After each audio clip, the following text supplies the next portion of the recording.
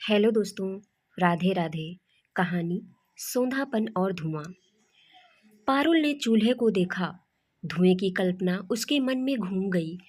फिर झुंझलाकर बोली, ये सब केवल लिखने में अच्छा लगता है सुधीर।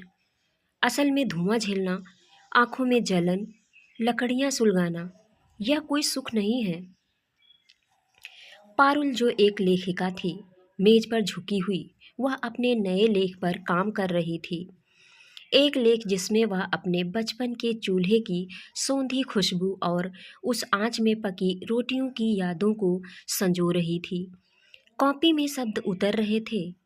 चूल्हे की आंच में रोटियों के साथ रिश्तों की गर्माहट भी पकती थी। उस धुएं में माँ की ममता की सौंधी खुशबू घुली होती थी।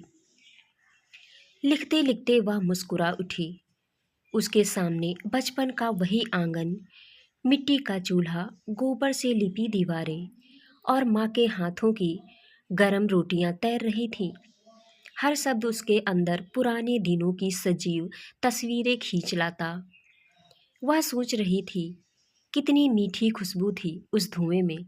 कितने सुनहरे दिन थे जब चूल्हे की आंच में घर का अपनापन भी पकता था। तभी दरवाजा खुला। सुधीर भीतर आया, थका हारा, हांफता सा। कपड़े धूल से अटे हुए थे। चेहरे पर दिन भर की थकान की रेखाएं थीं। आज भी सिलेंडर नहीं मिला। लगता है कुछ दिन यही हाल रहेगा। उसने चूल्हा और लकड़ियों की गठरी कमरे में रखते हुए कहा, अब आगे इसी से काम चलाना पड़ेगा। यह सुनते ही पारुल की मुस्कान जैसे बुझ गई।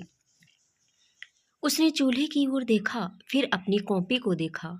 कुछ पल तक वह चुप रही, फिर बोली, तो इंडक्शन ले आते, बिजली की तो किल्लत नहीं है। सुधीर ने धीरे से हंसते हुए कहा, तुम्हें क्या लगता है मैं इंडक्शन लेने नहीं गया? कितनी ही दुकानें छान मारी, लेकिन बढ़ती मांग ने बाजार से सारे स्टॉक खत्म कर दिए। लकड़ी का चूल्हा ही बचा है अब। पारुल ने चूल्हे को देखा। धुएं की कल्पना उसके मन में घूम गई। फिर झुंझलाकर बोली, ये सब केवल लिखने में अच्छा लगता है सुधीर। असल में धुआं झेलना, आंखों में जलन, लकड़ियां सुलगाना, यह कोई सुख नहीं है। सुधीर चुपचाप उसे देखता रहा।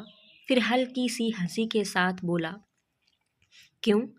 तुम ही तो कहती हो कि एक लेखक जो जीता है वही लिखता है। अब तुम जो लिख रही हो वही जी भी लो। पारुल कुछ पल ठिठकी। कमरे में केवल उनके सांसों की हल्की खनक थी।